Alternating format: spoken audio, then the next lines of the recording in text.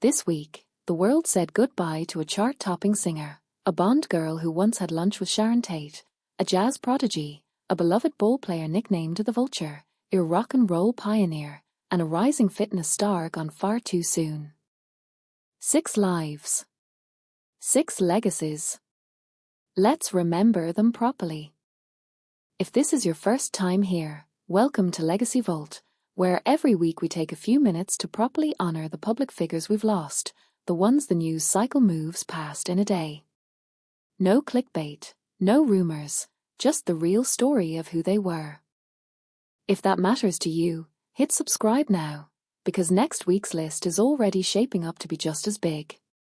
Alright, let's begin. Our first farewell is a big one. Bonnie Tyler, the Welsh singer with that unmistakable husky voice, has died at 75.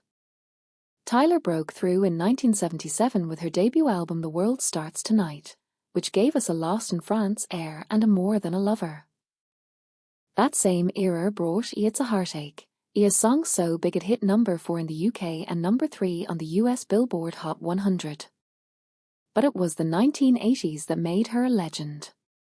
Teaming up with songwriter and producer Jim Steinman, Tyler recorded the song that would define her forever, A Total Eclipse of the Heart. It topped the charts, sold more than 13 million copies worldwide, and became a karaoke staple that's never really left rotation. Steinman also gave her a Holding Out for a Hero, another massive hit. Her career kept evolving for decades, a European resurgence in the 90s, a French chart-topping duet in 2003, and in 2013, she represented the United Kingdom at Eurovision. Her final album arrived in 2021, titled, fittingly, The Best Is Yet to Come.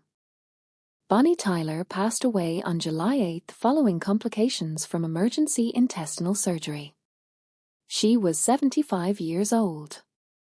Next, we remember Joanna Pettet, the Canadian English actress whose career spanned Broadway, Hollywood, and classic television. She made her Broadway debut at just 19, and by the mid-1960s she was a familiar face on American TV, guesting on shows like Route 66, The Nurses, and Dr. Kildare. She's remembered by film fans for her role in the 1967 Bond spoof Casino Royale, and by television audiences for a string of made-for-TV films throughout the 70s and 80s. Her final on-screen role came in the 1990 thriller Terror in Paradise, after which she quietly stepped away from acting. Joanna Pettet died on July 7th at the age of 83. This next one is going to be hard for a lot of you watching.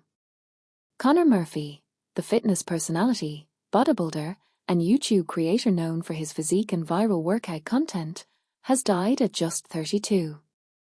Murphy built his following showing off years of dedicated resistance training, and in 2016 he stepped into competitive bodybuilding for the first time, placing third at the NPC Dallas Europa Games men's physique competition. Conor Murphy died on July 7th as a result of drowning in Thailand. He was 32 years old. If you're finding out about some of these losses for the first time right here, that's exactly why this channel exists. Tap subscribe so you don't miss next week. Rodney Franklin, the American jazz pianist and composer, has also passed away. His 1978 debut album for CBS, In the Center, became a jazz fusion favorite, featuring standout tracks On the Parthia and I Like the Music Make It Hot. Rodney Franklin died on July 8th at the age of 67. Baseball lost one of its true lifers this week. Phil Regan spent 13 seasons in Major League Baseball as a pitcher for the Detroit Tigers, Los Angeles Dodgers, Chicago Cubs, and Chicago White Sox, before moving into decades of coaching, scouting, and managing, including a stint managing the Baltimore Orioles, and, remarkably, joining the New York Mets as pitching coach in 2019, at age 82. His Major League debut came against the Washington Senators.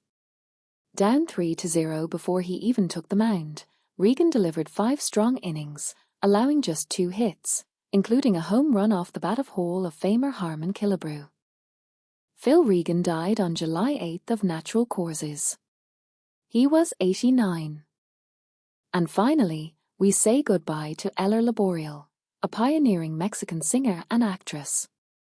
She began her career in 1964 as part of the group trio Larciolis before launching a solo career across rock and roll, a go-go, and ballad genres, even recording a duet album alongside her brother, singer Johnny Laboriel.